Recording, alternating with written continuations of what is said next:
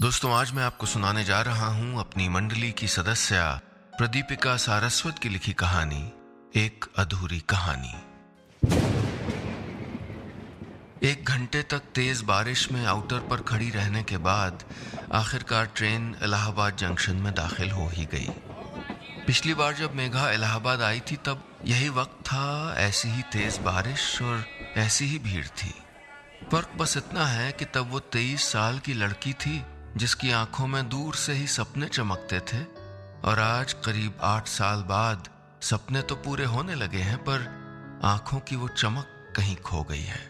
उस खोई हुई चमक की दास्तान का एक खास सिरा इसी शहर से जुड़ा था।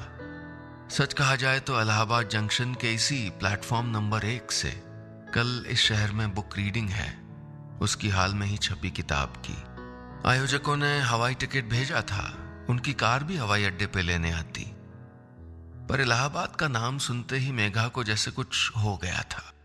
मेघा ने न जाने क्यों आयोजकों से कह दिया था कि वो खुद ही चली आएगी। इलाहाबाद शहर का ये रेलवे स्टेशन उसके लिए दुनिया भर के सबसे पवित्र मंदिरों, मस्जिदों, मज़ारों सबसे ज्यादा पाक था। यहीं पहली बार उसने महसूस किया था कि प्यार कोई किताबी दास्तान नहीं, सचमुच का एहसास है कि सचमुच प्यार एक अधूरे शख्स को पूरा कर सकता है, और एक पूरी शय को अधूरा बनाने का इल्जाम भी इसी एहसास के सर रखा जा सकता है। पिछली बार जब वो इलाहाबाद आई थी तो कुंभ का मेला लगा हुआ था। उसके माँ पापा भी आए थे कुंभ में हिस्सा लेने, तो उन्होंने मेघा को भी बुला लिया था। जिस शाम क्या रात ही हो चुकी थी तब तक, ट्रेन जो लेट पहुंची थी। हिंदुस्तान में रेलगाड़ियां राइट टाइम पहुंचती ही कब है। हाँ, तो जिस रात वो इलाहाबाद पहुंची थी उसकी अगली सुबह कोई खास स्नान था शायद। बहुत भीड़ थी रेलवे स्टेशन पर, लग रहा था जैसे हर प्लेटफॉर्म पर कुंभ लगा हो। ऊपर से तेज बारिश, कहीं तिल रखने को जगह नहीं थी। कुछ समझ में नहीं आ रहा था उसको। हमेशा से लिखने की शौकीन मेघा प्लेटफॉर्म पे मौजूद लोगों में कहानियां तलाशती, इधर उधर भटकती रही थी। उसे कहाँ खबर थी कि आज उसकी अपनी जिंदगी ने उसके लिए एक नई कहानी लिख रखी थी। बारिश थी कि थमने का नाम ही नहीं ले रही थी उस रात, और उतनी भीड़ और बारिश में कोई सूरत नहीं बची थी कि वो कुंभ के मैदान तक पहुंच जाए। पापा ने फोन पे कहा था कि रात को किसी आसपास के होटल में रुक जाए। वो होटल इतनी बारिश में कैसे जाएगी वो अकेले रात को बारिश में प्लेटफॉर्म के बाहर, वो भी इस अनजान शहर में। उसके पास सामान तो ज्यादा नहीं था, बस एक बैकपैक भर था, लेकिन छाता भी तो नहीं था उसके पास। खैर, उसने रेलवे रिटायरिंग रूम का पता किया। जानती थी ऐसे में कोई जगह खाली नहीं होगी, और वाकई थी भी नहीं। एक बार प्लेटफॉर्म के एग्जिट डोर तक भी गई, लेकिन ऐसी बारिश में बाहर जाकर होटल तलाशने की उसकी हिम्मत नहीं हुई। प्लेटफॉर्म पे ही कहीं बैठने की जगह तलाशने के अलावा कोई चारा बचा नहीं था उसके पास। तभी कोई ट्रेन आकर रुकी। ट्रेन, चाय वालों और यात्रियों की मिली जुली आवाजों ने उसे यादों से बाहर खींच लिया था। इतने साल बाद वही स्टेशन, वही बारिश, पर राहुल, क्या वो फिर मिलेगा उसे? वो इन्हीं ख्यालों में अटकी थी कि उसने सुना उससे कोई कुछ कह रहा था। मैडम, कहाँ जाना है? पहली बार आई लगता शहर में। टैक्सी वाला था। उसने टैक्सी वाले को घूर के देखा और आगे बढ़ गई। उस रात कोई टैक्सी वाला नहीं आया था। मेघा ने पूरे 2 चक्कर लगाए थे प्लेटफॉर्म के, पर उस भीड़ में उसे कोई ऐसी जगह नहीं दिखी थी जहां जाके वो बैठ भी सके। फिर उसे वो दिखा, कानों में ईयरफोन लगाए, कहीं शून्य में झांकता सा, एक शरीफ सा दिखता आम शहरी लड़का वेटिंग रूम के ठीक बाहर अखबार बिछाए बैठा था। पता नहीं क्यों उसे देखकर पॉजिटिव वाइब्स आई थी मेघा को। जरा सा झिझकते हुए मेघा ने बड़ी शराफत से उससे पूछा था, मे आई सिट विद यू? वो लड़का चौंक गया था। कानों से ईयरफोन निकालकर उसने अटकती हुई आवाज में जवाब दिया था, या you can leave your stuff with me. क्या? मैंने पूछा था कि क्या मैं यहाँ बैठ सकती हूँ। गुस्सा आ गया था मेघा को उसके अटपटे जवाब पर।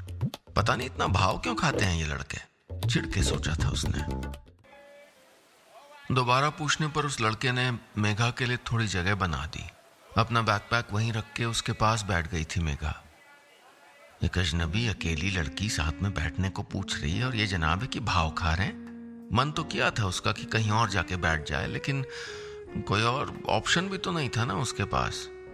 मैडम आपका टिकट? टिकट एग्जामिनर की सवालिया आवाज मेघा को उसकी टाइम मशीन से बाहर ले आई, लेकिन उसका दिल अब भी उसी रफ्तार से धड़क रहा था जैसे उस रात उस अनजाने मगर पहचाने से लड़के के बगल में बैठते हुए धड़का था। लेकिन अभी टीटी सामने था। मेघा ने क्लच से मोबाइल निकालकर टिकट खोजा और मोबाइल टीटी की तरफ बढ़ा दिया। टीटी ने मोबाइल पे टिकट देखा और लौटाते हुए हैरानी से बोला, मैडम आपकी ट्रेन को गए 1 घंटा हो गया और आप। मेघा को पहले तो कोई जवाब नहीं सूझा, लेकिन फिर न जाने कौन उसके अंदर से बोल पड़ा, मैं किसी का इंतजार कर रही हूँ।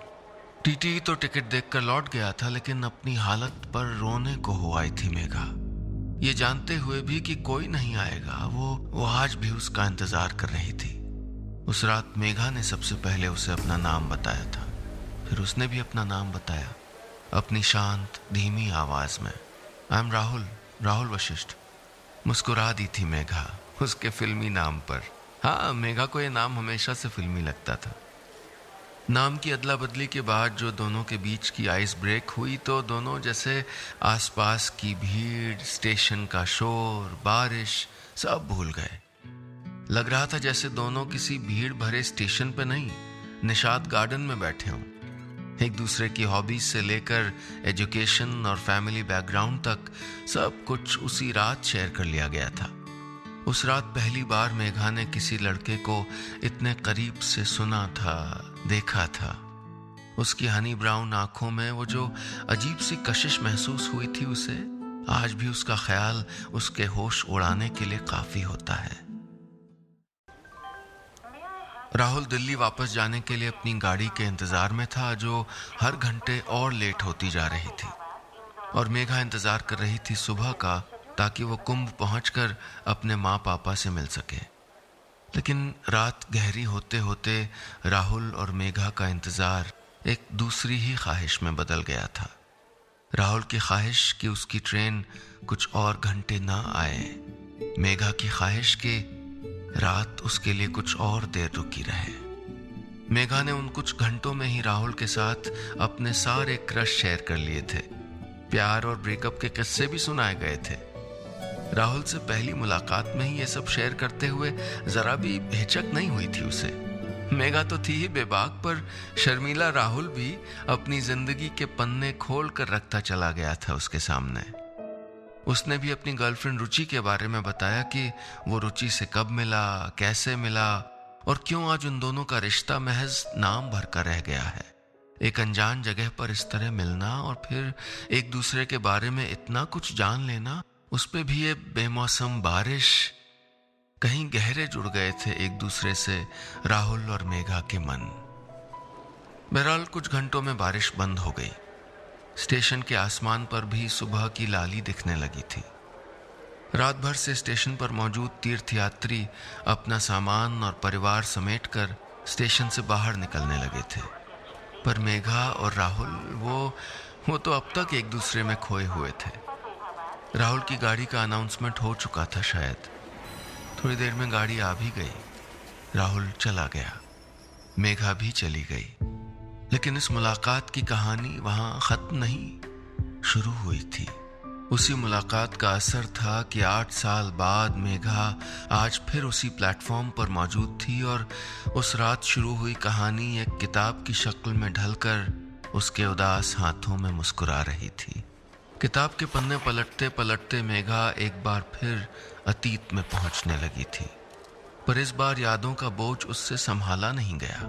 लाख रोकने पर भी उसकी आंखें नम हो आईं। जब स्टेशन पर और रुक पाना उसके लिए मुश्किल हो गया तो मेघा ने ऑर्गेनाइजर को फोन किया, गाड़ी मंगवा ली और होटल चली आई। होटल के कमरे में पहुंचकर भी यादों ने उसका पीछा नहीं छोड़ा। सुबह से कुछ खाया नहीं था उसने और अब भी खाने का मन नहीं था। एक कप ब्लैक कॉफी के लिए रूम सर्विस को फोन किया तो फिर राहुल उसके जहन में चला आया। राहुल को ब्लैक कॉफी जरा भी पसंद नहीं थी। वो हमेशा उसकी नजर बचाकर उसकी कॉफी में दूध मिला देता था। और जब वो नाराजगी दिखाती तो बड़ी मासूमियत से कहता, काला रंग सिर्फ तेरी आंखों में अच्छा लगता है मुझे, तेरी कॉफी में नहीं। मेघा को बड़ा प्यार आता था राहुल की इन बातों पर। जब राहुल बड़े लाड़ में होता तो बच्चों की तरह बातें करता, और जब संजीदा होता तो फिलोसोफर बन जाता। मेघा मुंबई में रहती थी और राहुल दिल्ली में, लेकिन दो शहरों की दूरी उनको दूर नहीं रख पाई थी। अक्सर एक दूसरे के शहर आने जाने लगे थे दोनों।